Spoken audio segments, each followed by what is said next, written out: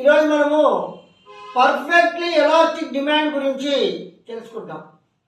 Perfectly elastic demand, పూర్తి వ్యాకోచ demand.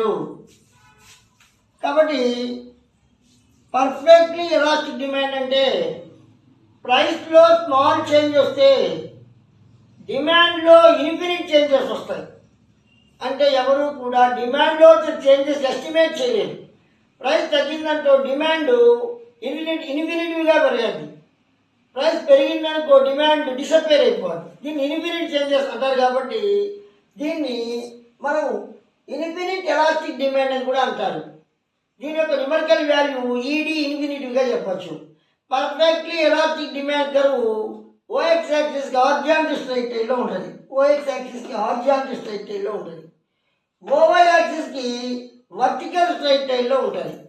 ఇప్పుడు మనము కాబట్టి పూర్తి వ్యాకోచ డిమాండ్, ధరలో వచ్చిన చిన్న అనుపాత మార్పు వల్ల డిమాండ్లో అనంతమైన మార్పులు వస్తే దాన్ని మనం పూర్తి వ్యాకోచ డిమాండ్ అంటాం.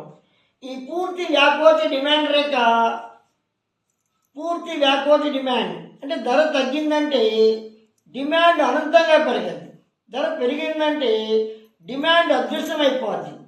కాబట్టి పూర్తి వ్యాకోచ డిమాండ్ రేఖ ఓఎక్స్ అక్షానికి సమాంతరంగా ఉంటుంది, ఓవై అక్షానికి లంబంగా ఉంటుంది. ఓఎక్స్ అక్షానికి సమాంతరంగా ఉంటుంది, ఓవై అక్షానికి లంబంగా ఉంటుంది. ప్రైస్ పెరిగిందనుకో డిమాండ్ ఎంత తగ్గదో తెలియదు, ప్రైస్ తగ్గిందనుకో డిమాండ్ ఎంత పెరిగిందో తెలియదు. దీన్ని ఇన్ఫినిటీ చేంజెస్ అంటారు. అనంతమైన డిమాండ్ వ్యాకోచత్వం అని కూడా అంటారు. దీని యొక్క వ్యాకోచత్వ విలువ ఈడీ ఇన్ఫినిటివ్గా మనం చెప్పచ్చు.